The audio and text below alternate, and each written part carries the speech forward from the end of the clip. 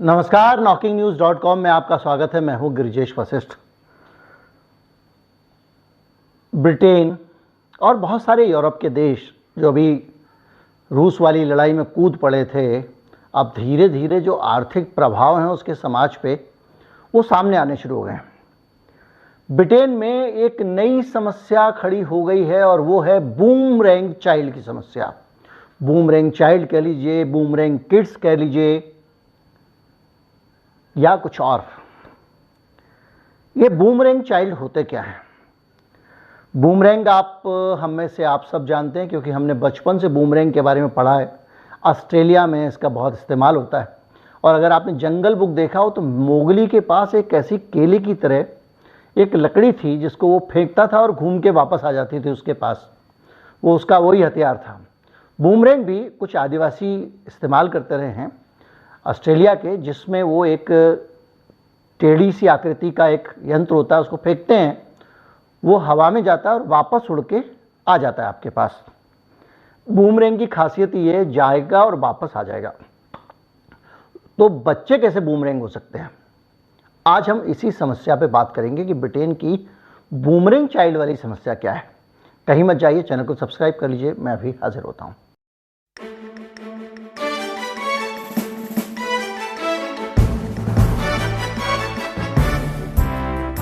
सबसे पहले शुरुआत करते हैं इन्वेस्टोपीडिया की इस परिभाषा से।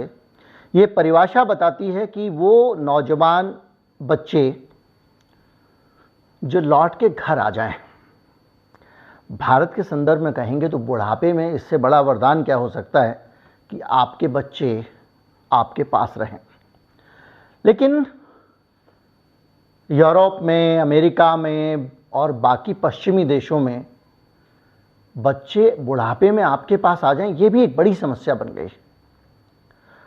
और इन बच्चों को ही बूमरैंग चाइल्ड कहा जाता है, यानी ऐसे बच्चे जो 18 के बाद में अपना करियर बनाने के नाम पे चिड़िया के घोंसले से जो छोटे छोटे चिड़िया के बच्चे उड़ जाते हैं और अपनी अलग दुनिया बसाते हैं, वो बच्चे लौट लौट के माँ बाप के पास आने लग गए हैं और माँ बाप के घर में रहने लग गए हैं। और माँ बाप के घर में क्यों रहने लग गए हैं? इसका सीधा सा सीधा आर्थिक कारण है पूंजीवादी अर्थव्यवस्था, अमेरिका का इंपीरियलिज्म। और उस इंपीरियलिज्म के रास्ते पे चलकर ब्रिटेन का अमेरिका के जैसे वो हमेशा से उसकी जेब में बैठा हुआ है, अपनी अर्थव्यवस्था का सत्यानाश कर लेना, जो कि यूक्रेन वॉर में यूरोप ने और अमेरिका ने अच्छी तरह से किया। हुआ यह है कि बड़ी संख्या में ऐसे बच्चे हैं ब्रिटेन में जो निकल गए थे और वापस आकर माँ बाप के पास रहने लगे हैं। अब ये बूमरैंग किड्स जो हैं उनके बारे में एक सर्वे आया है। सर्वे तो बहुत सारे आए हैं, लेकिन अभी हाल में कुछ सर्वे प्रकाशित हुए हैं। वो कहते हैं कि 2011 से लेकर अब तक ऐसे युवक युवती डबल हो गए। मतलब पहले जो बूमरैंग चाइल्ड होते थे कि घर से गए, करियर बनाने के लिए माँ बाप के घर से झोला उठाकर चले गए, बाद में सेटल नहीं हुए और वापस आ गए, तो 2011 में जितने बच्चे होते थे अब वो संख्या डबल हो गई है। यानी ज़्यादा बच्चे अपने माँ बाप के साथ रहने को मजबूर हैं। 2011 में सिर्फ 12% परिवार ऐसे होते थे। गार्जियन ने भी इस पर रिपोर्ट छापी है। पूरा मीडिया जो है वेस्ट का भरा पड़ा है और वहाँ अब ये संख्या जो 12% थी वो 24.5% हो गई है। इसके जो बहुत सारे कारण हैं, जो मैंने अर्थव्यवस्था के कारण तो बताई हैं, लेकिन उसका सीधे देखिए, अगर आप बात करें कि अर्थव्यवस्था गड़बड़ा गई है, लेकिन सीधे आप पे क्या असर पड़ता है, मुझ पे क्या असर पड़ता है, उस बच्चे पे क्या असर पड़ रहा है? तो उस बच्चे पे उसका असर ये पड़ रहा है कि महंगाई बढ़ने के कारण अब वो बाहर जब रहने जाता है तो जितनी थोड़ी बहुत कमाई हो रही है ब्रिटेन में, लोगों की जैसी आमदनियाँ हैं, उसके हिसाब से मकान का किराया उसकी पहुँच से बाहर हो गया है। 2 बेडरूम का एक बहुत सीनियर पत्रकार हैं जो आजकल यूके की यात्रा में हैं, प्रभात डबराल, उनकी इजाज़त के बगैर उनके नाम का जिक्र कर रहा हूँ। उन्होंने वहाँ से रिपोर्ट किया है कि वहाँ पे सस्ते के सस्ते इलाके में भी 1800 पौंड का आपको 2 बेडरूम फ्लैट मिलेगा। 1 बेडरूम वाला फ्लैट 1200 से 2400 पौंड से कम नहीं मिलने वाला है। अगर आप इसको भारतीय रुपए में कन्वर्ट करें तो 1,80,000 रुपये का आपको एक 2 बेडरूम का मकान मिलता है। और इसी तरह से 1400 पॉइंट वाला आप लगा लें हिसाब, उसी हिसाब से तो आप सोचिए 1,80,000 रुपये किराए पे मकान मिल रहा है वहाँ पे। ऐसी स्थिति में कोई भी आदमी जो सामान्य, अगर या तो CEO हो जाए कहीं पे, बहुत बड़ी पोजीशन पे चला जाए, प्रेसिडेंट हो जाए किसी कंपनी का, अदरवाइज कैसे सरवाइव कर सकता है। हालत ये है कि अगर आप सोचें कि चलो भैया, जैसे यहाँ पे होता है ना, लड़का आप बड़ा हुआ, माता जी को लगता है भैया अब ये कमाने लगा, अपना मकान खरीद लो बेटा, फलां के बच्चे ने भी खरीद लिया है, उनके बच्चे ने भी खरीद लिया है। बच्चा कुछ भी काम कर रहा हो, माँ बाप का एक सपना होता है, लेकिन वहाँ पर ये तो किराया है। अगर अपना मकान खरीदने की अगर सोचे वहाँ पे, तो वो 5 से 6 लाख पॉइंट का मिलेगा, जो भारत के हिसाब से 5 से 6 करोड़ रुपए का एक घर है। अब ऐसे में आदमी क्या करे, और आपको पता है वहाँ राशन की स्थिति क्या है, खाने पीने का सामान महंगा है। मैंने अपने वीडियो में बताया था कि आपको राशनिंग हो रही है। अगर स्टोर में टमाटर लेने जाएंगे, 2 से ज़्यादा टमाटर नहीं मिलेंगे, प्याज 3 से ज़्यादा नहीं मिलेंगी, कैप्सिकम तो 1 से ज़्यादा नहीं मिलेगा। राशनिंग की हुई स्टोर्स हैं कि भैया इससे ज़्यादा नहीं दे पाएंगे हम आपको।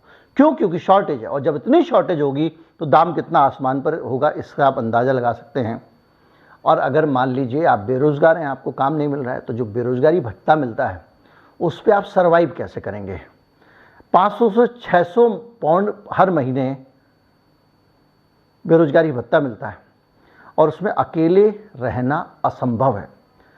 अब यहाँ पे बच्चे जैसे शेयर्ड अकोमोडेशन में रहते हैं, एक कमरे में 4 बच्चे 6 बच्चे रह लें, तो वो भी अब औकात से होता जा रहा है बाहर। तो ऐसी हालत में आप क्या तो कपड़े लत्ते पहनोगे, क्या खाना खाओगे, और शादी ब्याह कर लिया तो और घर कैसे चलाओगे।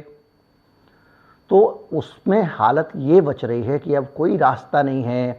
मकान मालिक ने सामान फेंक दिया, या सामान फेंक ना दे इस आशंका में, तो आप क्या कर रहे हैं, आप अपने माँ बाप के घर लौट जाते हैं।